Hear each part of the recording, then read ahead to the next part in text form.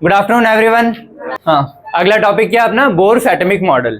ठीक है, देखो अपन ने कौन कौन सा मॉडल पढ़ लिए हैं। एक रदरफोर्ड का मेन पढ़ा है, उसके पहले थॉमसन का पढ़ा। थॉमसन का तो पूरा ही गलत था, रदरफोर्ड पढ़ लिया है। रदरफोर्ड से जो क्वेश्चन है ना रेडियस ऑफ डायमीटर वाले, वो सब मैं इसके बाद साथ में ही करवा दूंगा। ठीक है, जितने फॉर्मूले अभी तक लिखे होंगे, 3 फॉर्मूले लिखे अपन ने, उन तीनों से एक एक क्वेश्चन या दो क्वेश्चन में इस टॉपिक की बात करवाऊंगा। क्लियर है। तो अभी आज का जो टॉपिक है अपना है बोर, क्योंकि बोर से क्वेश्चन आते हैं अच्छे खासे, रेडियस से, वेलोसिटी से, एनर्जी से। फिर उसके एनर्जी में और भी अलग अलग वैरायटी आ जाती है कि गैप कितना होना चाहिए, ये बहुत सारी चीज़ें, एनर्वेशन एनर्जी, एक्साइटेशन एनर्जी, तो वो सारी चीज़ें इसमें आएंगी। तो ये पढ़ने के बाद फिर क्वेश्चन इनके साथ में करते हैं। ठीक है, चलो। तो आज का जो टॉपिक है बोर्स एटॉमिक थ्योरी। बोर्ड ने क्या किया था, देखो थॉमसन पूरा ही गलत था ना, वो इलेक्ट्रॉन को ढंग से बताया ना प्रोटॉन को, दोनों ही गलत था। रदरफोर्ड ने प्रोटॉन मतलब न्यूक्लियस का तो ढंग से बता दिया था, क्या न्यूक्लियस सेंटर में कंसंट्रेटेड होता है, ठीक है, और ये सारी चीजें। इलेक्ट्रॉन का अच्छे से नहीं बता पाया था वो, ये इलेक्ट्रॉन के बारे में उसने ज्यादा बात की ही नहीं थी। ये बोला था कि यहाँ इलेक्ट्रॉन घूमता है, लेकिन कितने इलेक्ट्रॉन घूमते हैं, कहाँ घूमते हैं, कैसे घूमते हैं, कुछ नहीं बताया था। और फिर मैक्सवेल थ्योरी से उसके इलेक्ट्रॉन घूमने वाली चीज भी गलत हो गई कि इलेक्ट्रॉन घूमेगा तो उसकी एनर्जी कम होती जाएगी, क्योंकि हीट प्रोड्यूस होगी तो रेडिएशन निकलेगा, रेडिएशन निकला हीट के फॉर्म में, और हीट एक एनर्जी का फॉर्म है, तो एनर्जी लॉस हो रही तो धीरे धीरे होगा, उसकी एनर्जी खत्म होके रुक जाएगा। और जैसे रुका या जितनी स्पीड कम हुई तो न्यूक्लियस अपने अंदर खींच लेगा उस इलेक्ट्रॉन को, तो ऐसे तो एटम अनस्टेबल हो जाएगा। तो रदरफोर्ड यहाँ गलत हो गया था, इलेक्ट्रॉन नहीं एक्सप्लेन कर पाया था। ठीक है, उसके बाद आता है अपना है बोर। ठीक है, बोर ने अधिकतर चीजें इलेक्ट्रॉन के बारे में ही बताई है, न्यूक्लियस की तो पहले ही बता चुका था ना। अगर ये बोलता है कि हाँ एटम के सेंटर में न्यूक्लियस होता है, ये तो रदरफोर्ड बता चुका था, तो उसका इससे ज्यादा लेना देना है नहीं। जो भी इलेक्ट्रॉन की मेन बातें हैं वो इसने बताई है, क्योंकि इलेक्ट्रॉन को अभी तक किसी ने ढंग से बताया नहीं था कि इलेक्ट्रॉन कहाँ घूमेगा, कैसे घूमेगा, एनर्जी लेवल वगैरह कुछ भी नहीं बताया था, उसकी वेलोसिटी, रेडियस, कुछ भी नहीं, वो सारा काम इसका था। तो बोर का मेन किस चीज से रिलेटेड था, इलेक्ट्रॉन से रिलेटेड थी इसकी पूरी थ्योरी। ठीक है, इलेक्ट्रॉन के अराउंड ही घूम रही है। ठीक है, पूरा एटॉमिक मॉडल दिया है, बट मेन उसमें अगर उठाऊंगा तो इलेक्ट्रॉन था। ठीक है, चलो। अब बोर ने एक चीज याद रखना, स्टार्टिंग थी ना, तो इसने जो भी थ्योरी दी है इसकी, वो एक इलेक्ट्रॉन के लिए एप्लीकेबल रखी थी कि for single electron like species. Hydrogen है तो चलो हाइड्रोजन में तो एक इलेक्ट्रॉन है। हीलियम में 2 इलेक्ट्रॉन होते हैं ना, तो वो हीलियम के लिए इसकी थ्योरी गलत है, हीलियम प्लस के लिए सही है, क्योंकि हीलियम प्लस में 1 इलेक्ट्रॉन रहेगा।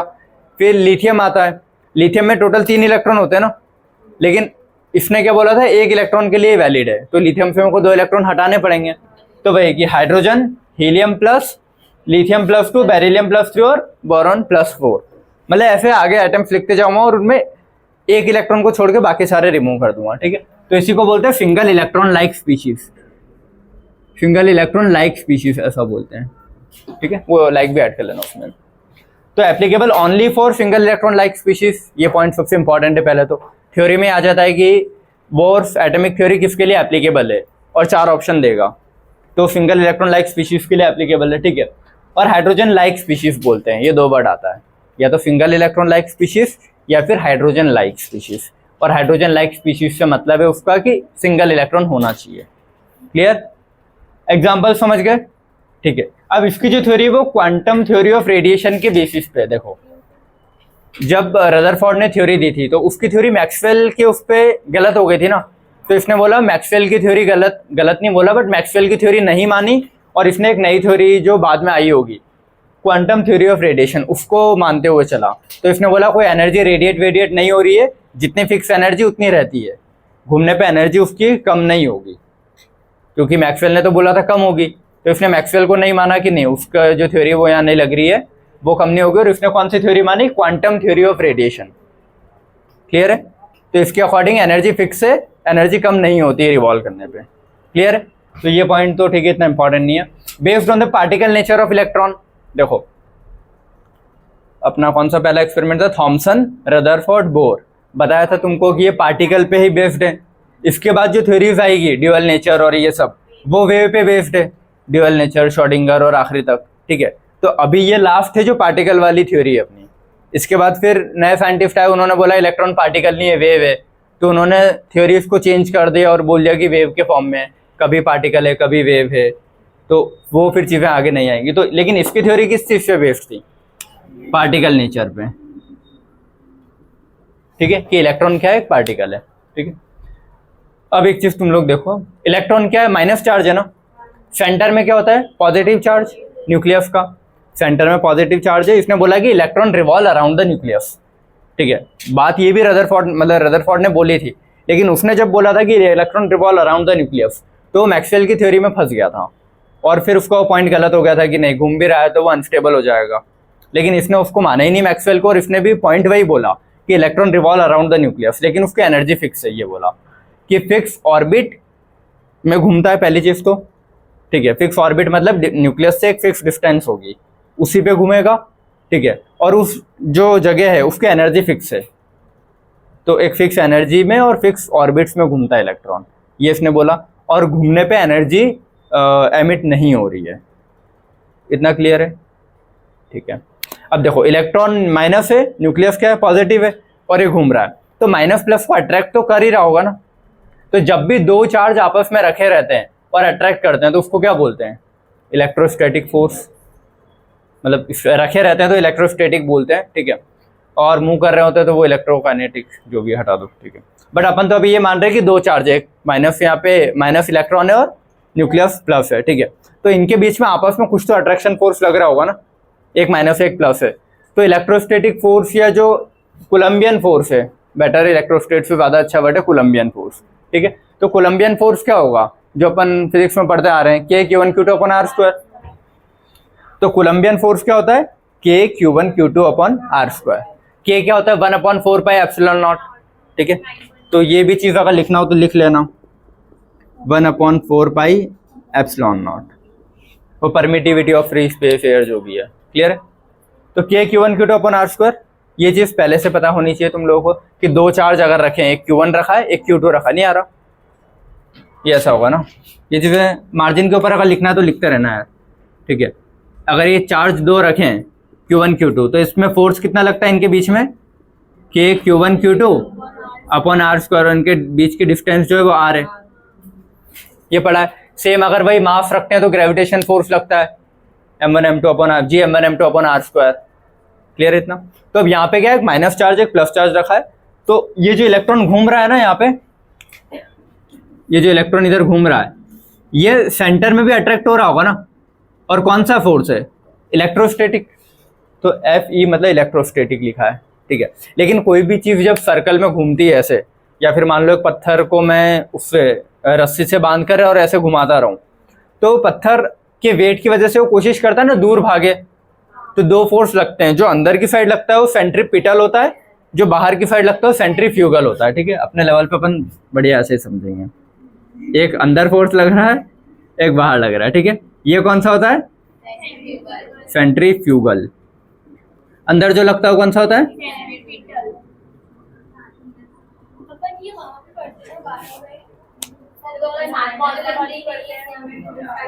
हाँ बता मॉर्फोलॉजी में वो सेंट्रीपिटल अरेंजमेंट ऑफ वो है, वो अलग है। हाँ, सेंट्रीपिटल मतलब आउटर अरेंजमेंट, ऐसा है उसको मतलब। चलो इधर बातें नहीं बेटा, बातें नहीं करो, ठीक है। अब देखो, ये सेंट्रीपिटल और सेंट्रीफ्यूगल, कोई भी चीज उस, मान लो मैंने ये कुछ डंडी ले ली, इस पे एक रस्सी बांधी और यहाँ एक पत्थर रख दिया, ठीक है। फिर इससे वो घुमा रहा हूँ मैं ऐसे, तो वो तब तक बेटा इधर आप, हाँ इधर, ठीक है। ये पत्थर जब मैं घुमा रहा हूँ तो पत्थर में एक फोर्स बाहर लग रहा है, एक फोर्स अंदर लग रहा है। तो जो बाहर फोर्स लगता है उसको बोलते हैं सेंट्रीफ्यूगल, और जो अंदर लगता है उसको बोलते हैं सेंट्रीपिटल। तो अंदर एक फोर्स और भी तो लग रहा है ना, इलेक्ट्रोस्टैटिक, तो इलेक्ट्रोस्टैटिक सेंट्रीपिटल के बराबर ही तो होगा, ठीक है। और सेंट्रीपिटल सेंट्रीफ्यूगल को बैलेंस करता है, तभी वो चीज़ घूम पा रही है। अगर मान लो बाहर वाला फोर्स ज़्यादा हो जाता तो दूर फेंका जाता, अंदर वाला ज़्यादा होता तो अंदर खींचा जाता। तो दोनों चीज़ें बराबर होगी तभी वो सेम रिंग में घूम पा रहा है।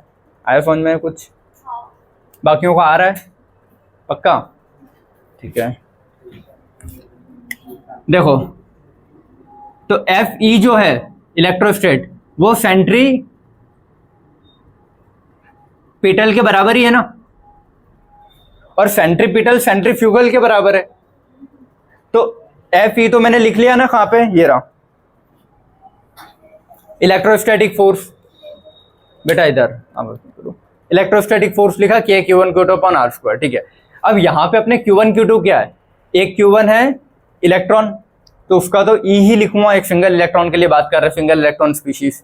लेकिन न्यूक्लियस क्या है, न्यूक्लियस में प्रोटॉन होंगे ना, और प्रोटॉन तो एक भी हो सकता है, अगर हाइड्रोजन ले रहा हूँ तो, हीलियम ले रहा हूँ तो 2 प्रोटॉन हो जाएंगे। तो वो तो उसके एटॉमिक नंबर पे डिपेंड करेगा ना, जितना एटॉमिक नंबर होगा उतने प्रोटॉन होंगे। लेकिन चार्ज इलेक्ट्रॉन और प्रोटॉन का सेम रहता है। अपन Q1 Q2 क्या लिख रहे हैं, चार्ज लिख रहे हैं ना, ठीक है। तो कोई न्यूक्लियस के अंदर मान लो उसने बोला है कि लिथियम +2 है, तो उसके अंदर प्रोटॉन कितने हैं, 3 है ना, तो उसके 3 प्रोटॉन मिलके उस एक इलेक्ट्रॉन को खींच रहे हैं। तो इसका Q1 Q2 क्या होगा, एक सिर्फ इलेक्ट्रॉन है और एक साइड 3 पॉजिटिव चार्ज है, समझ में आया। तो इसीलिए न्यूक्लियस के लिए एक देखो, एक Q1 का लिख दिया तुमने, न्यूक्लियस के लिए लिख दिया, और एक लिख दिया इलेक्ट्रॉन के लिए। न्यूक्लियस में क्या है, प्रोटॉन है ना, और प्रोटॉन तो एटॉमिक नंबर के बराबर होते हैं। तो एटॉमिक नंबर Z है, मान लो किसी का एटॉमिक नंबर 4 है, तो उसमें 4 प्रोटॉन होंगे ना, तो Z इंटू E लिख दूं। वो E इसीलिए लिखा है, चार्ज का मतलब है वो, E इलेक्ट्रॉन से रिलेटेड नहीं है, क्योंकि प्रोटॉन और इलेक्ट्रॉन पे चार्ज सेम ही होता है, बस सिंबल अलग होता है ना। तो अब मैं यहाँ पे Z इंटू P लिखूं और यहाँ E लिखूं, तो एक ही बात है ना, वो P और E का सिर्फ वैल्यू अलग है, मतलब वैल्यू सेम है, सिंबल अलग है, एक प्लस में एक नेगेटिव में। तो मैंने या तो दोनों को E लिख दूंगा या दोनों को P लिख दूंगा, लेकिन बुक में E लिखा तो E प्रिफरेबल रखते हैं। समझ में ये चीज़ क्या लिख रहा हूँ मैं, तो इसीलिए क्या लिखा, KZE। ZE का मतलब क्या है, टोटल न्यूक्लियस में जितना चार्ज है, Z उसका एटॉमिक नंबर इंटू जितने भी प्रोटॉन होंगे वो, और बाहर एक इलेक्ट्रॉन घूम रहा है तो सेकंड चार्ज अपना ये हुआ अपॉन R स्क्वायर। इतना समझ में आया। तो ये फॉर्मूला फाइनली बन जाता है KZE²/R²। ये आगे काम आएगा, इसीलिए क्लियर है इतना, ठीक है। चलो अब जो ये सेंट्रीफ्यूगल फोर्स है ना, सेंट्रीफ्यूगल फोर्स होता है mv²/, ये तुमको याद रखना है। ये फिजिक्स में पढ़ा ही होगा, या नहीं पढ़ा हो तो आगे जाके पढ़ के याद कर लेना, ठीक है। सेंट्रीफ्यूगल फोर्स क्या होता है, mv²/r। इसके डेरिवेशन यहाँ तो कोई काम के है नहीं, ये कहाँ से आया कैसे आया, बस याद रखना है सेंट्रीफ्यूगल वाला क्या होता है, mv²/r। तो अपन ने अभी पढ़ा ना, इलेक्ट्रोस्टेट जो अंदर लग रहा है वो सेंट्रीपिटल के बराबर है, और वो बैलेंस किससे हो रहा है, बाहर वाले फोर्स से, और बाहर कौन सा लग रहा है, सेंट्रीफ्यूगल। तो यही चीज बराबर भी होगी ना, F सेंट्रीफ्यूगल के। ये समझ में आया क्या लिखा है मैंने, पक्का सभी को आया। ये तीनों बराबर कैसे लिख दिए, ठीक है। इलेक्ट्रोस्टेट बराबर होगा सेंट्रीपिटल के, क्योंकि देखो कोई मान लो ये इलेक्ट्रॉन है, इलेक्ट्रॉन अंदर की साइड एक फोर्स लगा रहा है, मतलब इलेक्ट्रॉन नहीं, वो जब घूम रहा है सर्कल में, कोई भी चीज घूमती है तो बैलेंस रहती है, एक फोर्स बाहर लगेगा उतना ही बराबर का अंदर भी लगता है। तो जो अंदर लगता है उसको बोलते हैं सेंट्रीपिटल, ये पिटल है, और ये क्या है, फ्यूगल वाला है। तो सेंट्रीपिटल सेंट्रीफ्यूगल बराबर रहता है, बैलेंस रहते हैं, तभी वो घूम पा रहा है उस गोले में, ठीक है। लेकिन जो सेंट्रीपिटल है वो इलेक्ट्रोस्टेट के बराबर ही है ना, उसी को तो सेंट्रीपिटल बोल रहा हूँ। तो मैं electrostatic is equal to centrifugal लिखूं या फिर centripetal is equal to centrifugal लिखूं, एक ही बात है, तभी वो इलेक्ट्रॉन घूम पा रहा है एक फिक्स ऑर्बिट में। क्लियर है इतना, ठीक है। तो ये चीज अभी आएगी, देखना है वो कहाँ लिखना है, ठीक है। अब देखो कोई भी इलेक्ट्रॉन जो न्यूक्लियस के आसपास घूम रहा है वो 2 फोर्स से बैलेंस होगा, एक सेंट्रीपिटल से और सेंट्रीफ्यूगल से, मतलब सेंट्रीफ्यूगल बाहर वाला और पिटल अंदर वाला, और पिटल मतलब इलेक्ट्रोस्टेट भी है। हाँ हाँ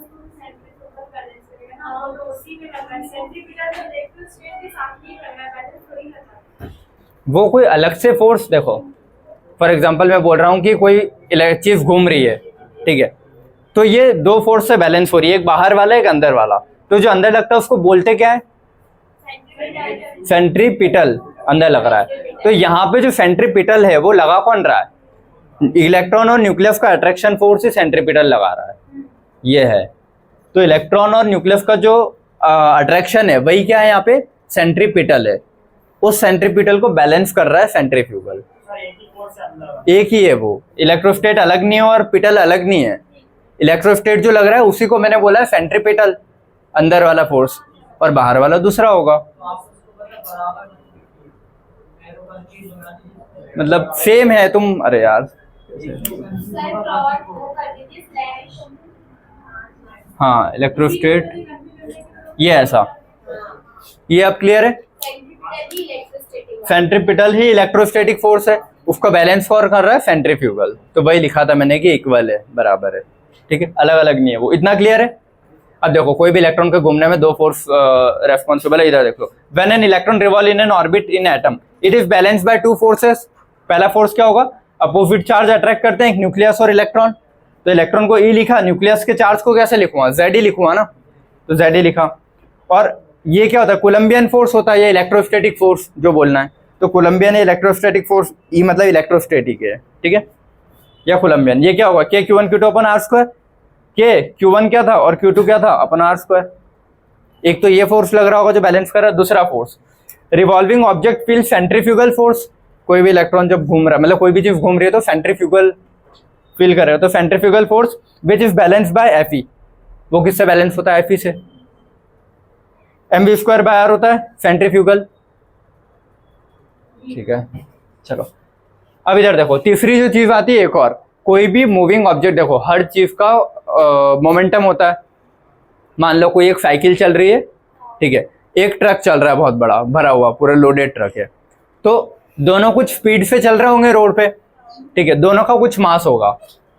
तो साइकिल का मास कम है ना, ट्रक का मास बहुत ज्यादा है, पूरा लोडेड है, तो ठीक है।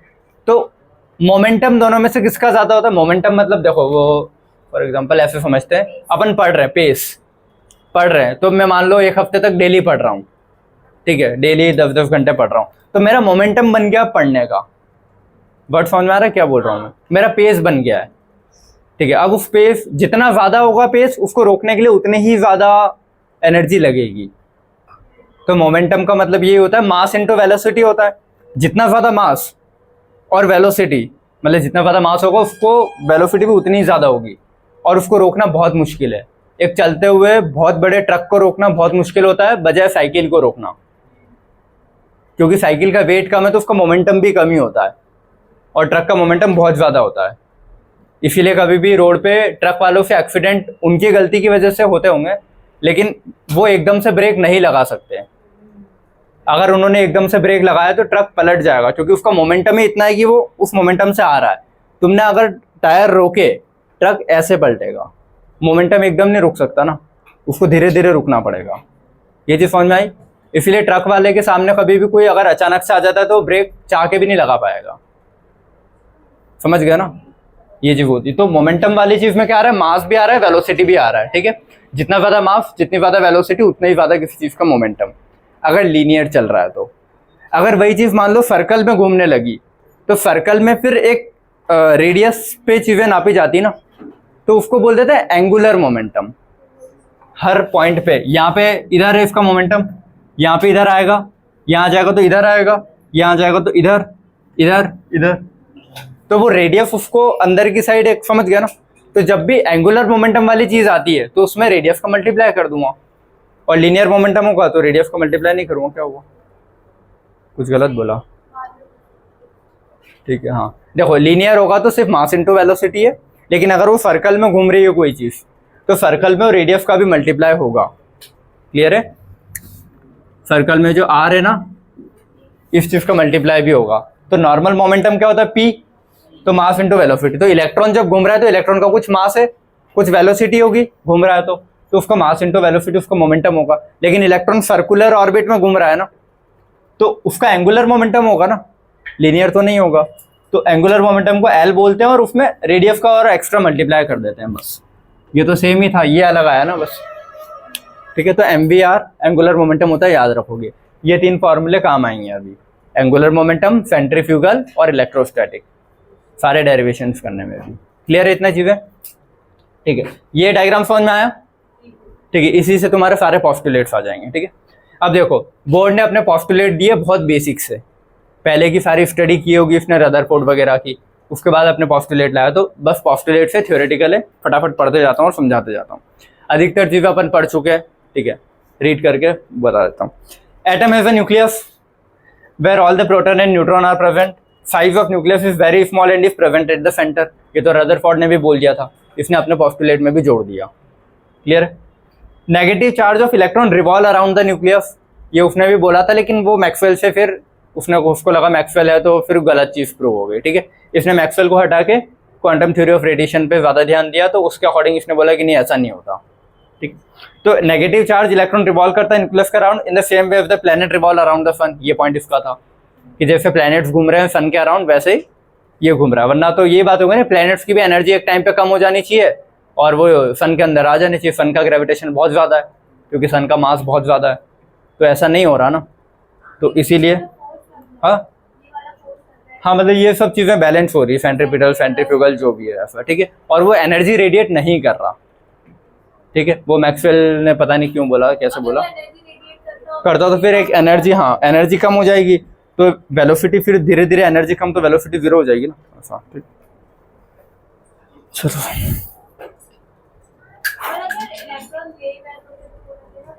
तो ये अभी तो पार्टिकल मान के चल रहा था ना, इसके बाद आएंगे वेव वाले, वो फिर इसको कुछ पॉइंट गलत कर देंगे कि ऐसा नहीं हो रहा है।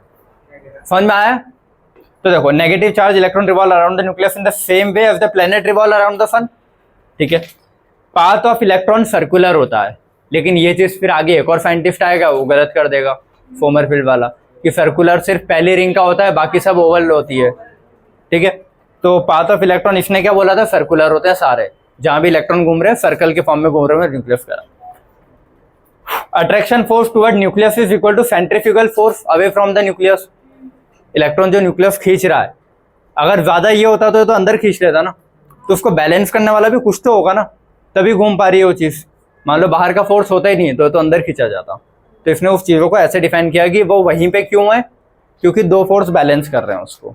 ठीक है, तो ये अपन ने ये लिखा है, electrostat is equal to centripetal. Electrostatic force कितना होता है, के, ये Q1 है, ये Q2 है upon r square, is equal to centripetal कितना है, mv स्क्वायर बाय आर। इतना क्लियर हुआ? ठीक है, बस ये चीज यहाँ लिख लो तो तुमको थोड़ा एक आइडिया रहेगा कि है क्या है। और ये हो जाएगा k Z e square upon r square, जब पूरा सॉल्व कर लोगे इसको, k Z square upon r square equal to mv square by r. R से आर कट भी जाएगा, तो ऐसे ही यहाँ से तुम रेडियस के, वेलोसिटी के, इनके फॉर्मूले निकालते रहते हो। ठीक है, चलो अगला आता है क्वांटाइजेशन कंडीशन। अब देखो, इसने बोला कि फॉर एग्जांपल इलेक्ट्रॉन्स हैं, ठीक है, घूम रहे हैं। अब इसने तो चलो एक इलेक्ट्रॉन के लिए बोला था कि सिंगल इलेक्ट्रॉन स्पीशीज के लिए, तो सिंगल इलेक्ट्रॉन तो ठीक है जहां भी घूम रहा है, बट तुम ऐसा समझो क्वांटाइजेशन का मतलब है कि क्वांटा मतलब छोटे छोटे पार्ट्स। ठीक है, तो जो ऑर्बिट्स है ना उनकी एनर्जी फिक्स है। इसने क्या बोला, ऑर्बिट्स की जो एनर्जी है वो फिक्स है और अगले ऑर्बिट की एनर्जी यहाँ है, तो इनके बीच में इलेक्ट्रॉन कभी नहीं मिलेगा। इलेक्ट्रॉन जो है वो फिक्स एनर्जी की रिंग्स में ही मिलेगा। मान लो पहले रिंग की एनर्जी 1 है, दूसरे रिंग की एनर्जी 2 है, तीसरे रिंग की एनर्जी 3 है। अगर ऐसा है तो इलेक्ट्रॉन या तो 1 में मिलेगा या 2 में या 3 में, 1 पॉइंट कुछ में बीच में नहीं मिलेगा। समझ गया ना? तो उस चीज को इसने बोला था, ये h/2π जो है, h/2π पूरे कांस्टेंट है ना। h होता है प्लैंक्स कांस्टेंट, वो भी कांस्टेंट है, 2 तो कांस्टेंट है ही, पाई भी कांस्टेंट है, तो सबकी वैल्यू रख दूंगा तो एक नंबर निकल के आएगा ना। तो उसने बोला था इस फिक्स नंबर में मैं रिंग्स का मल्टीप्लाई करते जाता हूँ, 1 2 3, तो उसी लेवल्स में इलेक्ट्रॉन अरेंज्ड है, इसके बीच में कहीं नहीं आएंगे। ठीक है, तो वही चीज इसने ऐसे बोली है, electron revolve only in those orbits in which angular momentum mvr of electron is integral multiple of h/2π। इस पॉइंट को थ्योरी में है तो ऐसे ही याद रखना, इंटीग्रल मल्टीपल ऑफ h/2π। ठीक है, या फिर nh/2π जिस भी रिंग का घूम रहा है, क्योंकि h/2π तो क्या कांस्टेंट है ना। कुछ समझ में आ रही है? ठीक है, इलेक्ट्रॉन उसी रिंग में घूमेगा जिसकी एनर्जी फिक्स है। पहले रिंग की एनर्जी मान लो अगर कुछ है, दूसरे की कुछ है, तो इलेक्ट्रॉन पहली और दूसरे रिंग में ही घूमेगा जिनकी एनर्जी किसके बराबर है, h/2π के इंटीग्रल मल्टीपल के बराबर है। एंगुलर मोमेंटम या बैलेंस होना चाहिए, अगर नहीं है तो फिर वह नहीं घूमेगा। क्लियर है? तो mvr is equal to nh/2π। n क्या है, रिंग है, h क्या है, कांस्टेंट है, h को बोलते हैं प्लैंक्स कांस्टेंट। इसकी वैल्यू पूछता है अलग से, 6.6 इंटू 10⁻34 जूल सेकेंड। जूल पर सेकंड नहीं है, ऑप्शन में 2 आते हैं, जूल पर सेकंड, जूल सेकंड। तो तुमको याद होना चाहिए क्या है, जूल सेकंड है ये, जूल पर नहीं है वो, ना वो जगह नहीं थी इसलिए ऐसे लिख दिया मैंने। वो तो डैश ऐसा है कि जेएस को अलग करने के लिए बस, ठीक है। अगर जे डैश एफ दे रहा है तो वो जे और एफ को अलग अलग बता रहा है बस, ऑब्लिक नहीं लगाया कि पर, ठीक है ना। और एन क्या पॉजिटिव इंटीजर होना चाहिए, 1 2 3 4, 1.2 1.5 ऐसा कुछ नहीं होना चाहिए, ठीक है। तो एन की जो भी वैल्यू आएगी, मतलब देखो ये चीज तो कांस्टेंट है ना बेटा, मतलब कोई नंबर निकल के आएगा, एच की वैल्यू मैंने रख दूंगा, 2 की रख दूंगा, पाई की वैल्यू रख दूंगा, तो कोई नंबर निकल के आएगा, उस नंबर में या तो 1 का मल्टीप्लाई या 2 का या 3 का 4 का जो भी है, उसी रिंग में मतलब जो भी एनर्जी आएगी एम्बियर के बराबर, उसी में इलेक्ट्रॉन घूमेगा और कहीं नहीं घूमता। बेटा आवाज नहीं आया फोन में, जैसे नहीं चल रहा है पता नहीं, क्लियर है इतना। तो ये वाला याद रखना, एम्बियर इक्वल टू NH/2π। एक आएगा बाद में हाइजेनबर्ग अनसर्टेनिटी प्रिंसिपल, वहां H/4π आता है, तो ये बहुत कंफ्यूज करता है H/2π था कि 4π था। तो मार्जिन के ऊपर एक लिख लेना बस शॉर्ट में, अभी हाइजेनबर्ग अनसर्टेनिटी प्रिंसिपल, उसमें जो भी उसका position del x into del v del p, del x into del p more than equal to H/4π आता है वो। तो वहां पे क्या आता है,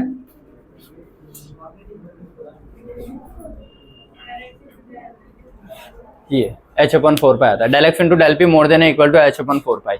तो पूरा याद मत रखो, बस इतना याद रखो कि हाइजेनबर्ग में H/4π आएगा, यहाँ H/2π आ रहा है, क्योंकि जब पूरा पढ़ लोगे और फिर जब तुम क्वेश्चन सॉल्व करने बैठोगे तो कंफ्यूजन होगा कि 2π था कि 4π था। अच्छा इधर देखो, ये जो k लिखा है ना, k equal to 1/4π epsilon naught, तो 1/4π तो समझ में आ रहा है।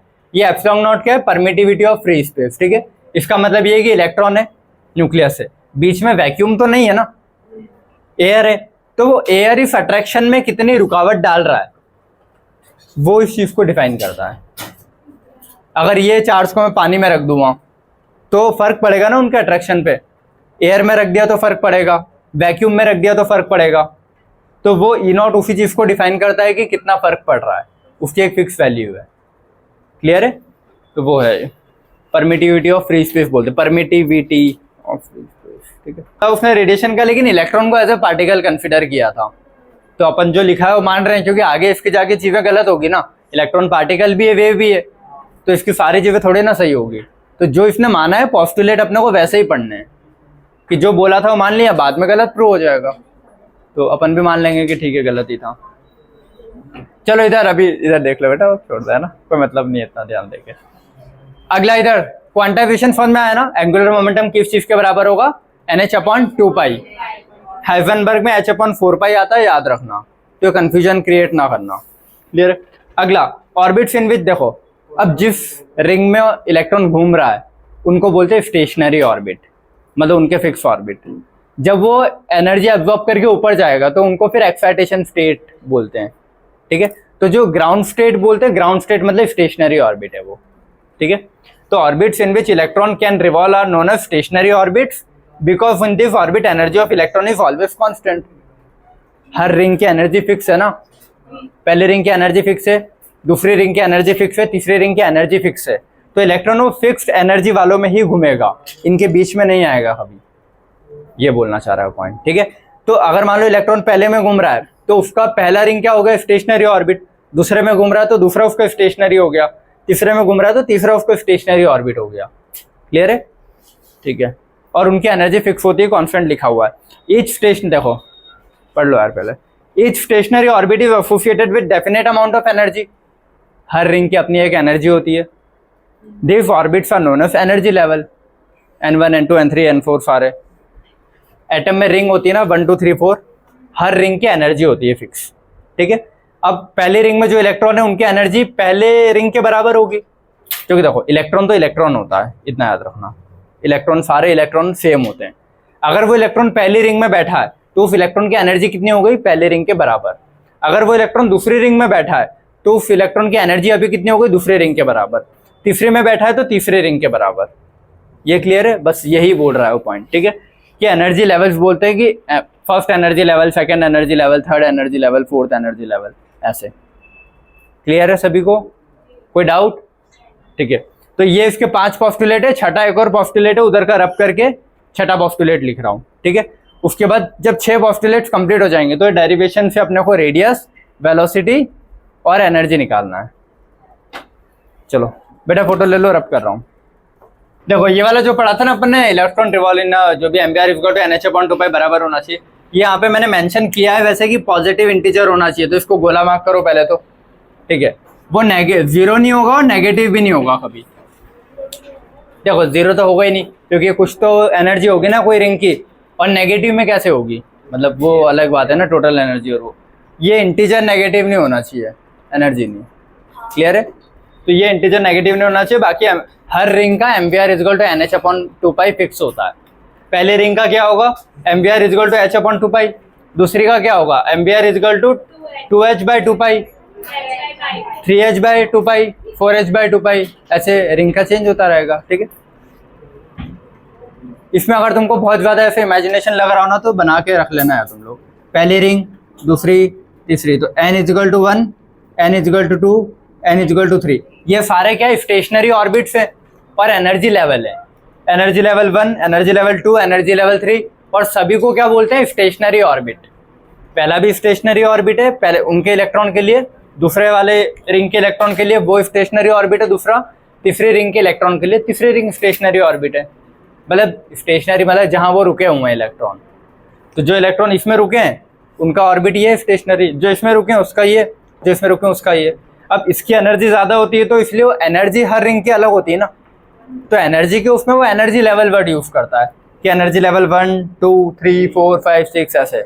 लेकिन हर रिंग स्टेशनरी ऑर्बिट है उनके इलेक्ट्रॉन्स के लिए। क्लियर है? चलो एक लास्ट पॉइंट बचा है, इसको समझा देता हूँ। देखो इसमें ऐसा है, सेंटर में न्यूक्लियस है, ये रिंग्स बना दी मैंने। ठीक है, मान लो कोई इलेक्ट्रॉन यहाँ पे था, तो क्वांटाइजेशन क्या बोलता है कि ये घूमते टाइम हीट से एनर्जी लॉस करता है। ठीक है, या रेडिएशन एमिट करता है। इसने बोला रेडिएशन ऐसे एमिट नहीं होगी, रेडिएशन सिर्फ तभी एमिट होगी जब वो फोटोन को एब्जॉर्ब करेगा या एमिट करेगा। मतलब देखो इलेक्ट्रॉन अगर यहाँ ग्राउंड स्टेट में था, उसकी कुछ नहीं दिया है तो क्या बोलते हैं, ओरिजिनल उसकी ग्राउंड स्टेट। अगर वो यहाँ भी होता तो ये उसकी ग्राउंड स्टेट होती जो उसका ओरिजिनल है। ठीक है, अब जब इसने कोई एनर्जी को एब्जॉर्ब किया, एनर्जी क्या होती है, h, और किसकी एनर्जी होती है, फोटोन की। देखो लाइट से ना बहुत सारे बंडल आ रहे हैं छोटे छोटे से, उन हर एक बंडल की एनर्जी है h, और उन बंडल्स को बोलते हैं फोटोन। तो ये लाइट का सोर्स होगा, एक बल्ब लगा है, वहां से बहुत सारे फोटोन आ रहे हैं, तो इसने क्या किया, एक फोटोन को एब्जॉर्ब किया, मतलब जितने इसको एनर्जी रिक्वायर्ड है, एक को नहीं, जितनी एनर्जी रिक्वायर्ड उतनी कलेक्ट करेगा, एनर्जी एब्जॉर्ब करेगा। इसमें क्या आता है, एब्जॉर्ब, और ये कहाँ जंप करेगा, हायर ऑर्बिट में, हायर फोन में। तो हायर ऑर्बिट में कहाँ, फिर यहाँ पे पहुंच गया ना। ठीक है, लेकिन यहाँ के लिए बना नहीं था ना, इसका ओरिजिनल घर तो ये था। तो थोड़ी देर बाद वो वापस से अपनी ग्राउंड स्टेट में आता है। तो जब वो वापस से अपने ग्राउंड स्टेट में आएगा तो जितनी एनर्जी वो लेके चढ़ा था उतनी एनर्जी वापस उसको छोड़नी पड़ेगी, क्योंकि बताया ना हर रिंग की एनर्जी फिक्स होती है। अगर इलेक्ट्रॉन को पहले रिंग में रहना है तो उसको इतनी एनर्जी रखनी पड़ेगी, दूसरी में रहना है तो दूसरी इतनी एनर्जी रखनी पड़ेगी, इलेक्ट्रॉन को तीसरे रिंग में रहना है तो तीसरे रिंग इतनी एनर्जी उसको रखनी पड़ेगी। ठीक है, तो इसके पास कुछ कम एनर्जी थी, अगर इसको सेकंड रिंग में रहना है तो उसको कुछ एब्जॉर्ब करनी पड़ेगी, तभी सेकंड में पहुंच पाएगा। अगर उसको वापस अपने घर पे आना है, ठीक है, क्योंकि ये तो उसका घर ओरिजिनल है नहीं, तो उसको वापस पहली स्टेट में आना है तो उसको एनर्जी रिलीज करनी पड़ेगी ना, क्योंकि यहाँ तो हायर एनर्जी के साथ था वो, तो जो एनर्जी एब्जॉर्ब की थी वो रिलीज कर देगा तो वापस अपनी जगह आ जाएगा। तो जब वो रिटर्न आता है ना ये, तो एनर्जी एमिट करता है, ये तो इसको ऐसे बनाते हैं, यहाँ पे एब्जॉर्ब, ये ठीक है, ऊपर जाएगा तो एब्जॉर्ब करेगा, नीचे आएगा तो एमिट करेगा। पर उतनी करेगा ना, हाँ सेम, जितनी एनर्जी लेके चढ़ा था उतनी एमिट करेगा ना।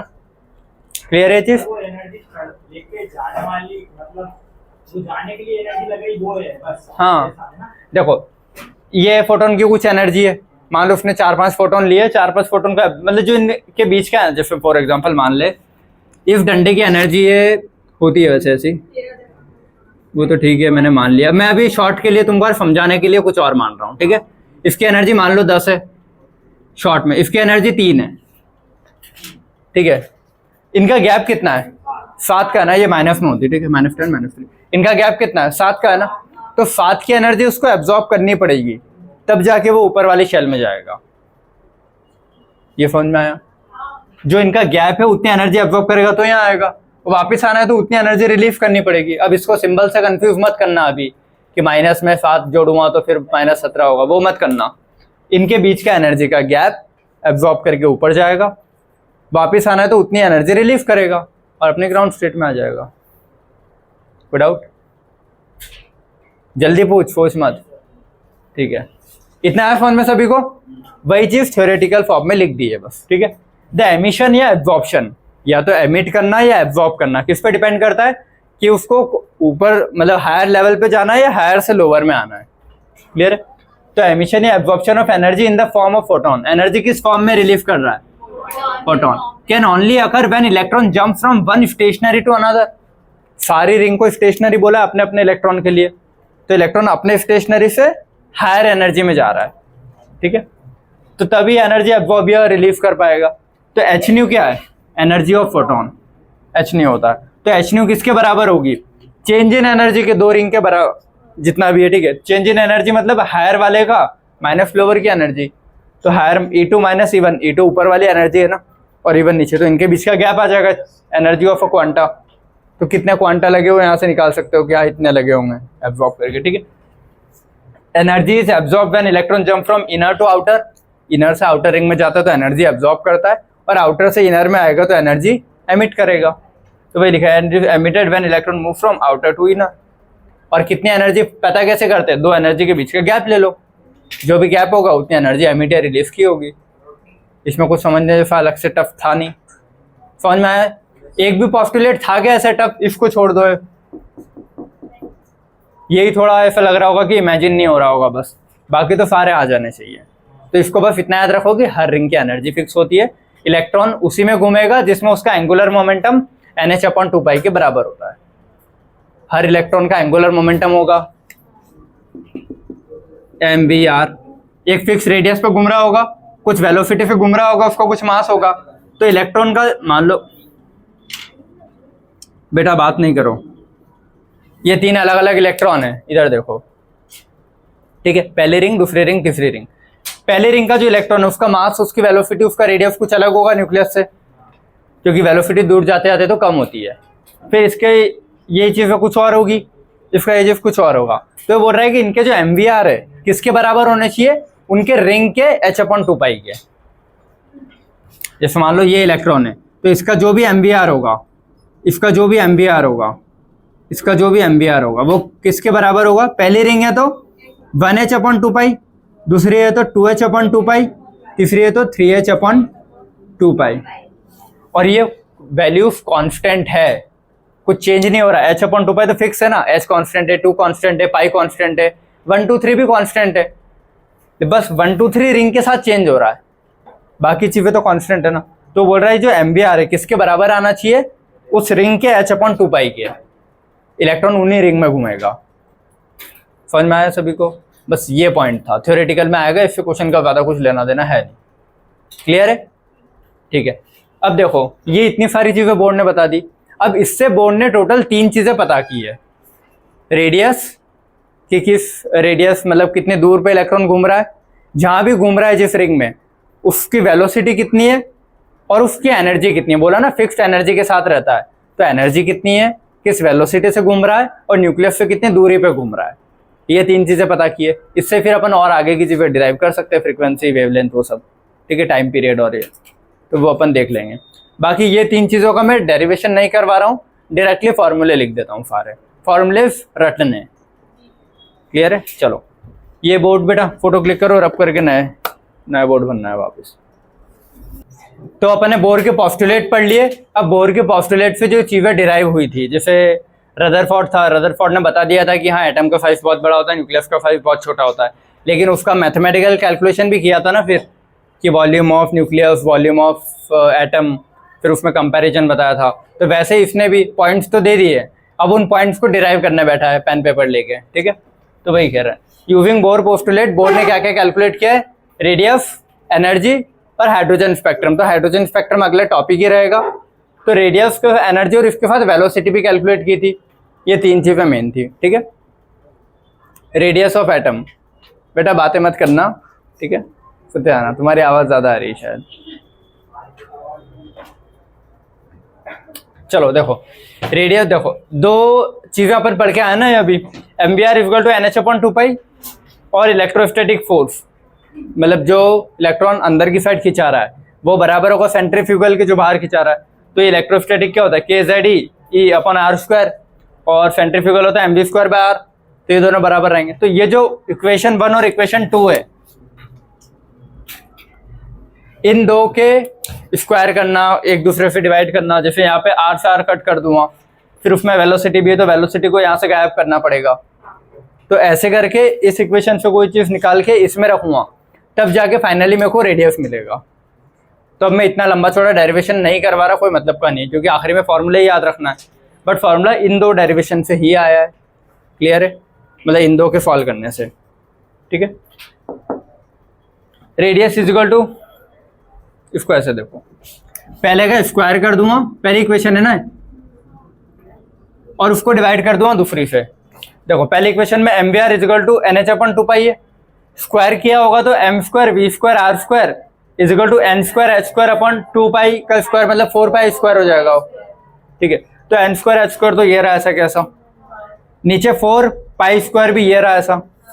अब जब इसको मैंने इससे डिवाइड किया होगा, इसका स्क्वायर करके इससे, ये तो चीजें कैंसिल हुई होगी ना, इसका r² यहाँ कहीं कहीं कैंसिल हो रहा होगा, m v जो भी है।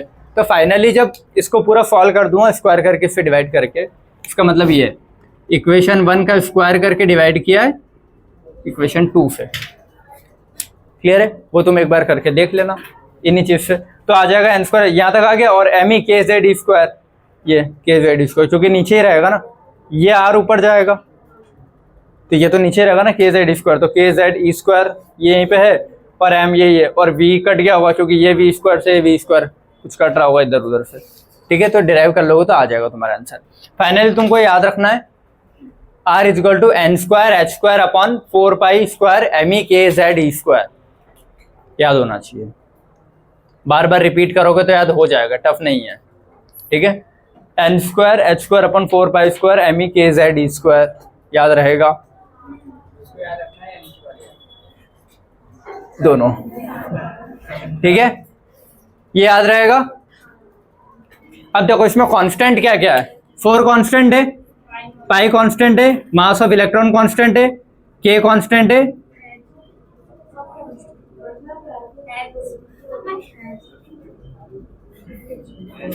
इलेक्ट्रॉन का चार्ज कांस्टेंट है, एच कांस्टेंट है। बस 2 ही चीज बची जो एटम के साथ चेंज होगी, उसके रिंग्स चेंज होती है, और Z एटम अलग लेंगे तो इन सब की जब वैल्यू रखी तो वैल्यू आई 0.529, ठीक है। और n²/z ये ऐसा कैसा रखा, और ये एंगस्ट्रॉम में रखा है, ये याद रखना। अगर वो मीटर सेंटीमीटर में देता है तो याद होना चाहिए तुमको, एक एंगस्ट्रॉम 10⁻⁻10 होता है मीटर, ठीक है, तो वो होना चाहिए, ठीक है। फाइनली ये वाला फॉर्मूला सबसे ज्यादा काम आएगा, याद रहेगा। ऊपर वाला नहीं भी याद रहे तो चल जाएगा, करना है लेकिन, ठीक है। 0.529 इंटू n²/z एंगस्ट्रॉम, ठीक है। अब देखो इससे ट्रिक बोलो या, ठीक है चलो बाद में बताता हूँ, अभी इतना क्लियर रहेगा, क्योंकि जब तीनों में आएगा तो n²/z z²/n² कंपैरिजन आएगा, तो वहां फिर कंफ्यूजन होगा। n क्या है, शेल नंबर या ऑर्बिट नंबर, और z क्या है, एटम नंबर, ठीक है। हाइड्रोजन के लिए n की वैल्यू क्या होगी, एक ही रिंग होती तो 1, और z उसका 1 होता है। लिथियम +2 अगर ये दे रहा है तो लिथियम के लिए z कितना होता है, 3, उसका एटॉमिक नंबर 3 होता है ना, तो नीचे उसका एटॉमिक नंबर लिखेंगे हमेशा। और n क्या है इसका, जो दे रखा, अगर कुछ नहीं दिया तो 1 रखते हैं, इससे n मत निकालते रहना +2 + 1 से, वो तो सिर्फ ये मतलब है कि हाइड्रोजन लाइक स्पीशीज, बात खत्म, बाकी और कोई मतलब नहीं है, उससे सिर्फ Z निकलेगा, ठीक है। अब देखो जो नहीं दे रखा है उसको 1 ले लो, उसका मतलब ये है, अगर मान लो क्वेश्चन में ये दिया है, ऐसे क्वेश्चन आते हैं, third Bohr orbit of hydrogen atom का रेडियस पता करो, तो उसने थर्ड बोर ऑर्बिट मतलब n दे दिया और हाइड्रोजन दे दिया मतलब Z भी दे दिया ना, तो इसने n भी दे रखा है तुमको ये, और ये हाइड्रोजन दे दिया मतलब Z भी दे दिया है, तो n की वैल्यू क्या है 3 है, Z की वैल्यू 1 है। लेकिन मान लो अगर क्वेश्चन में ऐसा दे रहा है थर्ड बोर ऑर्बिट, बस किस एटम का नहीं बताया है, तो n तो दे रखा है 3 और कुछ एटम नहीं दिया है तो Z नहीं दिया है ना, तो क्वेश्चन मार्क, तो क्या रखोगे 1, कुछ नहीं देगा तो 1 रखते हैं, ठीक है। अगला अगर ऐसा देता है बोर ऑर्बिट ऑफ हीलियम +2 और मतलब नहीं बताता है कौन से रिंग का है, तो n कुछ भी नहीं दिया ना, तो उसको 1 रखेंगे, और हीलियम दे दिया तो हीलियम का Z कितना होता है 2, तो वो 2 रख दिया। ये +2 +3 +1 से कोई मतलब नहीं है, उससे कंफ्यूज मत होना कि +2 है तो क्या मतलब है, +3 है तो क्या है, उसका कोई लेना देना नहीं है। एटम से सिर्फ Z निकलेगा, n वो या तो दे के रखेगा या फिर नहीं देगा तो 1 रखोगे। क्लियर है इतना? इससे तुम्हारी रेडियस आ जाएगी कोई भी एटम की, ठीक है। चलो इसके बाद सेकंड चीज आती है एनर्जी का डेरिवेशन, ठीक है। सबसे पहले जो बेसिक एनर्जी पढ़ते हैं, इलेक्ट्रॉन मूव कर रहा है तो काइनेटिक एनर्जी होगी, ठीक है। काइनेटिक एनर्जी क्या होगी, हाफ mv², ठीक है। पोटेंशियल एनर्जी मतलब बेसिक पोटेंशियल एनर्जी मैकेनिक्स में तो जितनी हाइट उतनी ज्यादा पोटेंशियल एनर्जी, तो हाइट का मतलब दो चीज के बीच का गैप ना, तो यहाँ पे हाइट का मतलब है इलेक्ट्रॉन और न्यूक्लियस के बीच का गैप, ठीक है। तो वो गैप इलेक्ट्रॉन और न्यूक्लियस के बीच का, तो पोटेंशियल एनर्जी इलेक्ट्रोस्टेट में उधर पढ़ते हो तुम, तो kz मतलब k q1 q2 by r पढ़ते हैं, ये होती ना k q1 q2 by r, potential v लिखते हैं, याद है ना 12th में डिराइव करके आए होंगे। और अगर ये उसका दूसरा आता है तो r² आता है नीचे फोर्स में, k q1 q2 अपन r², और इसमें r आता है, ये एक फर्क होता है। तो पोटेंशियल में नीचे सिर्फ r आता है और जो फोर्स आता है F = k q1 q2 अपन r², तो वहाँ r² होता है नीचे, तो ये एक डिफरेंस रहता है। तो पोटेंशियल एनर्जी क्या होगी, -k, न्यूक्लियस का चार्ज q ही है और इलेक्ट्रॉन e है अपन r, इनके बीच के गैप देख रहे हैं ना, तो पोटेंशियल एनर्जी लिखिए, काइनेटिक लिखिए। टोटल एनर्जी क्या होगी, सारी एनर्जी का सम, सारी में 2 ही मेन ये रहती है, तो काइनेटिक प्लस पोटेंशियल दोनों का जब सम करेंगे और इनकी वैल्यूज रख देंगे ना के ई और सबकी वैल्यूज, तो फाइनल तुम्हारा आंसर ये आता है -13.6 Z² अपन n² इलेक्ट्रॉन वोल्ट पर एटम, याद रखोगे -13.6 Z² अपन n² इलेक्ट्रॉन वोल्ट पर एटम। एक इलेक्ट्रॉन वोल्ट कितना होता है अगर जूल में दे दे तो 1.6 × 10⁻⁻19 याद होना चाहिए भी, हाँ जूल में। क्लियर है, याद रहेगा, कर लेना बार बार लिख के, 10-20 बार लिखोगे याद हो जाती है चीजें, ठीक है। चलो अभी जो माइनस लगा है ना आगे, इस माइनस का मतलब है इलेक्ट्रॉन न्यूक्लियस से खिंचा रहा है, बस ये अट्रैक्शन फोर्स की वजह से माइनस लगाया है, उसका और कोई रोल नहीं है। क्लियर है, तो भाई लिखा है कि negative sign indicates that electron is bounded toward nucleus, minus का मतलब ये है। अब देखो काइनेटिक एनर्जी, पोटेंशियल और टोटल एनर्जी। काइनेटिक एनर्जी को जब इस फॉर्म में लेके आऊंगा तो kz² अपन 2r आता है, पोटेंशियल एनर्जी -kz² अपन r आता है, टोटल एनर्जी -kz² अपन 2r आता है। क्लियर है, कहाँ से आए भूल जाओ, रटना भी नहीं है, ये तीनों चीजें याद नहीं करनी है, बस मुझे इतना समझाना है तुम लोगों को। इधर देखो थ्योरेटिकल बेस पे समझते हैं। न्यूक्लियस है, न्यूक्लियस के मान लो अगर यहाँ पे इलेक्ट्रॉन है तो बहुत जल्दी खींच लेगा ना, तो इलेक्ट्रॉन को बहुत तेजी से घूमना पड़ेगा, बहुत ज्यादा तेजी से, बहुत ज्यादा तेजी मतलब पता है कितना, अरे इतना नहीं, देखो अपन गाड़ी चलाते 50-60 km/h, यहाँ पे जो स्पीड होगी ना v, वो 10⁻6 है मीटर पर सेकेंड, 2.18 × 10⁻6 मीटर पर सेकेंड, 10⁻6 मतलब 6 0 लग रहे हैं मीटर पर सेकेंड, किलोमीटर में कन्वर्ट भी कर लोगे तो 2 0 कम होंगे, मतलब पर सेकेंड की स्पीड देख रहे हो कितनी है, कुछ इमेजिन हुआ, दिखेगा भी नहीं वो इलेक्ट्रॉन आँख से, है ना, अगर सोच लिया होगा तो, ठीक है। तो मान लो अगर वो इलेक्ट्रॉन न्यूक्लियस के बहुत पास में, तो वो इतनी तेजी से घूम रहा होगा, अगर थोड़ी भी उसने स्पीड कम की न्यूक्लियस खींच लेगा अंदर, तो बहुत तेज घूम रहा होगा। मान लो अगर इलेक्ट्रॉन यहाँ है तो अट्रैक्शन कम है ना, तो फिर थोड़ा कम टाइम लगेगा ना घूमने में, उसको बहुत दूर होगा तो और स्लो घूमेगा। ये अपने सोलर सिस्टम में बोलते हैं जो पहला प्लेनेट है वो तेज घूमता है, प्लूटो को घूमने में, जुपिटर को घूमने में बहुत साल लगते हैं। अभी थोड़े टाइम पहले शायद कोई तो प्लेनेट का आया था कि उसका पहला चक्कर कटा है अभी, हाँ आया था, ठीक है, कि एक राउंड उसका अब कंप्लीट हुआ है। तो अपना अर्थ साल में 365 दिन में एक राउंड कंप्लीट करता है। तो जो दूर दूर के प्लेनेट है उनको बहुत साल लगते हैं एक राउंड कंप्लीट करने में, मतलब उनकी वेलोसिटी बहुत ही कम है। ये चीज समझ में आई है। तो यहाँ पे भी ये है ना, इलेक्ट्रॉन के आसपास न्यूक्लियस, मतलब न्यूक्लियस के आसपास इलेक्ट्रॉन घूम रहा है, पास वाली रिंग होगी, मतलब n की वैल्यू अगर कम है तो वेलोसिटी बहुत तेज होगी, रेडियस बहुत कम है, या फिर रेडियस से देखो तो रेडियस जितनी कम वेलोसिटी उतनी ज्यादा, रेडियस जितनी ज्यादा वेलोसिटी उतनी कम। क्या है समझ में? एनर्जी से, काइनेटिक एनर्जी, पास में तो घूमना मतलब चलना ही काइनेटिक एनर्जी होता है ना, रेडियस जितनी कम काइनेटिक एनर्जी उतनी ज्यादा, पोटेंशियल एनर्जी उतनी कम, गैप तो कम है ना, तो पोटेंशियल एनर्जी उतनी कम जितना कम रेडियस। टोटल एनर्जी दोनों का सम होता है, टोटल एनर्जी हमेशा दूर जाने पे बढ़ेगी, याद रखना, ठीक है। दूर वाले रिंग की ज्यादा होती है टोटल एनर्जी कंपेयर टू पास वाले रिंग। तो एनर्जी की काइनेटिक देख ली, पोटेंशियल देख ली, टोटल देख ली, और रेडियस देख लिया, और वेलोसिटी देख ली। ये 5 चीजें यहाँ से पता करनी रहती है। तो वही लिखा है कि इस फॉर्मूले से ये आया है, फॉर्मूला हटा दो। तुम कॉमन सेंस भी लगाओगे, रेडियस बढ़ाने पे काइनेटिक एनर्जी कम होगी ना, ठीक है। रेडियस बढ़ाने पे पोटेंशियल एनर्जी बढ़ेगी, गैप बढ़ेगा, तो रेडियस बढ़ाने पे टोटल एनर्जी भी बढ़ेगी, याद रखना, ये याद रखना पड़ेगा, ठीक है। रेडियस बढ़ाने पे टोटल एनर्जी बढ़ती है, थ्योरी में आता है। तो ये जो 3 है ना, ये 3 पॉइंट याद रखने, ये और ये, क्लियर है? ये नहीं याद रखोगे चल जाएगा, ठीक है। अब इधर आ जाओ। अब फाइनली अपने को काइनेटिक, टोटल और पोटेंशियल जो है इनके आपस में रिलेशन पूछता है, ठीक है, कि कौन किससे कैसे रिलेटेड है। पहली चीज तुम लोग याद रखोगे, काइनेटिक और टोटल दोनों आपस में बराबर होती है, बस सिंबल अलग होता है। या तो यहां से देख लो, दोनों सेम है ना, बस सिंबल अलग है। तो total is equal to minus kinetic, या kinetic is equal to minus total. अगर कोई भी एक दी और दूसरी पूछी है तो सिर्फ सिंबल का चेंज करना है, काइनेटिक और टोटल में, क्लियर है। पोटेंशियल मैंने ऐसे याद किया था। और potential energy due to height होती है ना, देखो इधर देखो बेटा, अगर टोटल है तो टोटल एनर्जी को काइनेटिक से देखो तो माइनस काइनेटिक लिखना है, इतना क्लियर है। अगर टोटल से मैं पोटेंशियल को कंपेयर कर रहा हूँ, potential energy due to height होती है, तो मैंने ऐसे याद किया था कि हाइट मतलब कुछ ज्यादा ऊपर चले गया ना, तो उसको आधा करना ही पड़ेगा।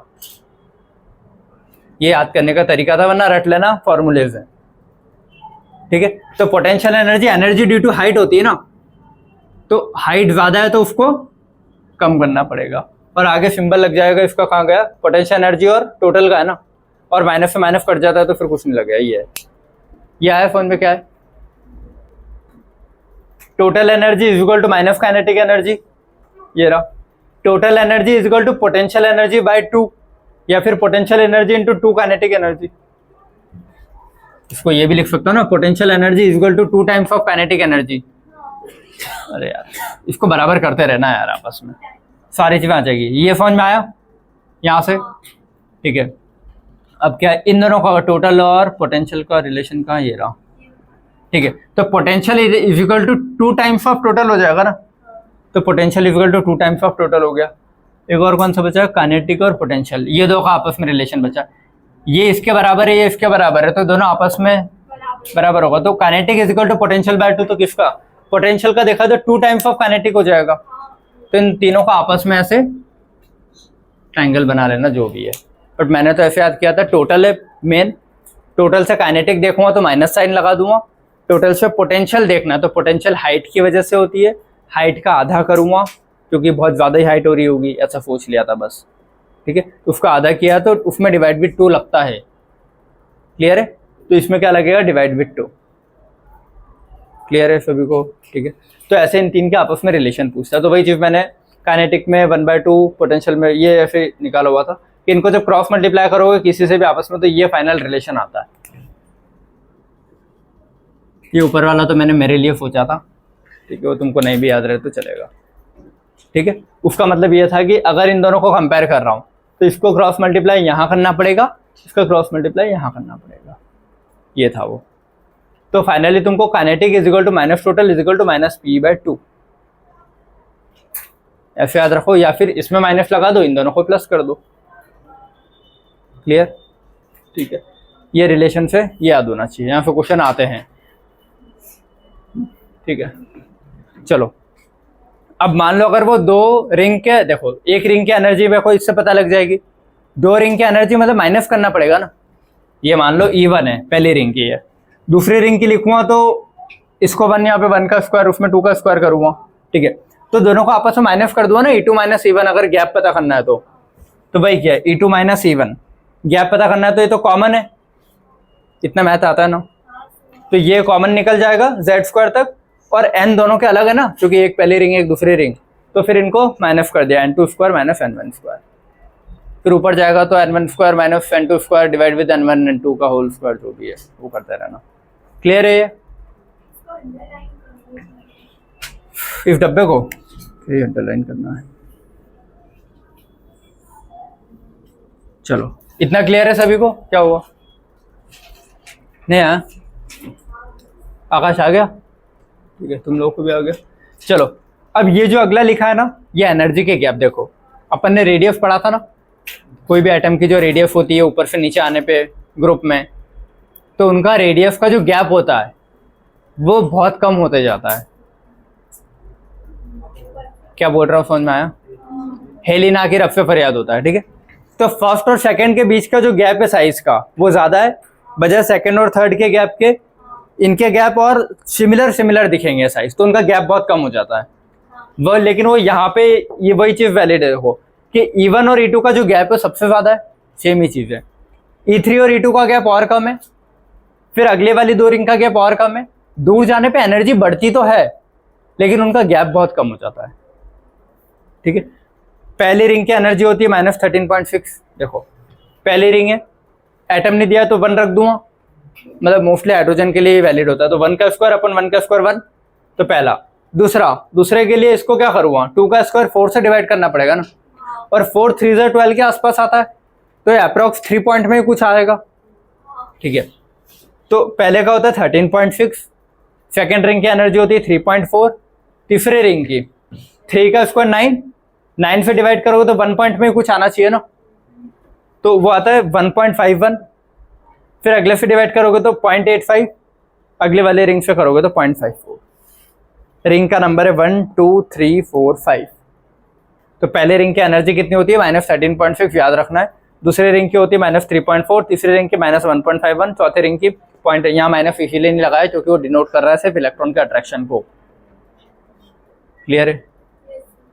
ये एनर्जी याद करनी है, सिंपल है, रट लेना, क्योंकि बार बार कैलकुलेट करके निकालोगे उससे ज़्यादा बेटर है। ये इधर देखो, पहली रिंग की याद रहेगी -13.6 फॉर्मूले से ही आ रहा है, सेकेंड याद रखना है बस 3.4, इतना याद कर लेना बस, सेकेंड 3.4, उसके बाद आधी आधी करते जाना अप्रॉक्स में। 3 का आधा कितना होता है, 1.5।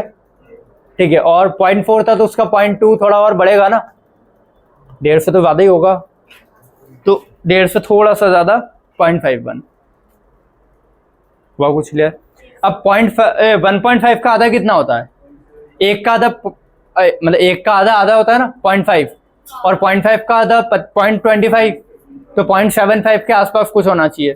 तो ये उससे थोड़ा सा ज़्यादा था ना, 0.51 था, तो ये भी 0.75 से थोड़ा सा ज़्यादा कर दिया 0.85, मतलब उनके आधे आधे ही करते जाना है। 80 का आधा कितना होगा, 40, लेकिन उससे थोड़ा ज़्यादा तो 54।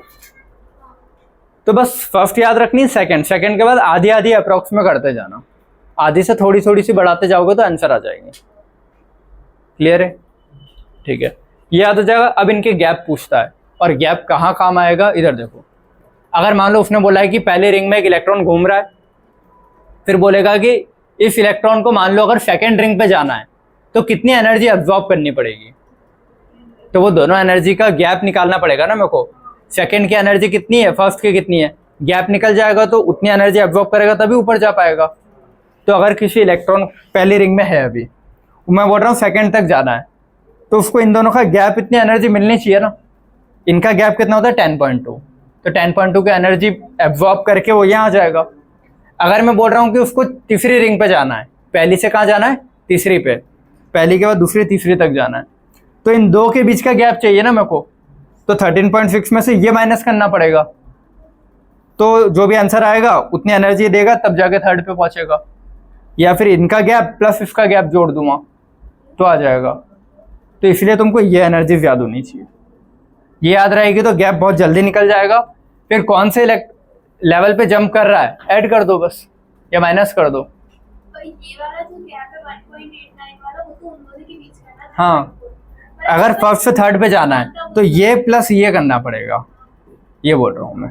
और अगर डायरेक्टली जोड़ना है तो इन दोनों को माइनस कर दो, पहले रिंग की एनर्जी माइनस तीसरे रिंग की एनर्जी, तो पता लग जाएगा सीधा। और अगर ये रटाते हैं तो पहला गैप प्लस दूसरा गैप जोड़ दो डायरेक्टली तो आ जाएगा। मतलब ये कुछ तो रटना ही पड़ेगा, वरना वही ये फॉर्मूला में पहले तो निकालोगे कि कौन सी रिंग की एनर्जी कितनी होती है, फिर उन रिंग की एनर्जी को माइनस करोगे, तो इतना करने से तो बेटर है ना कि सीधा रट लो। ठीक है, इतना आया समझ में सभी को? ठीक है, अब इसके आगे कुछ और चीजें वो लिखवा रहा हूँ। लिखो बेटा, फोटो लो। सब हाल तो देखो। हाँ, नहीं मरे हैं, सब जिंदा है। चलो लिखो। फिर गई और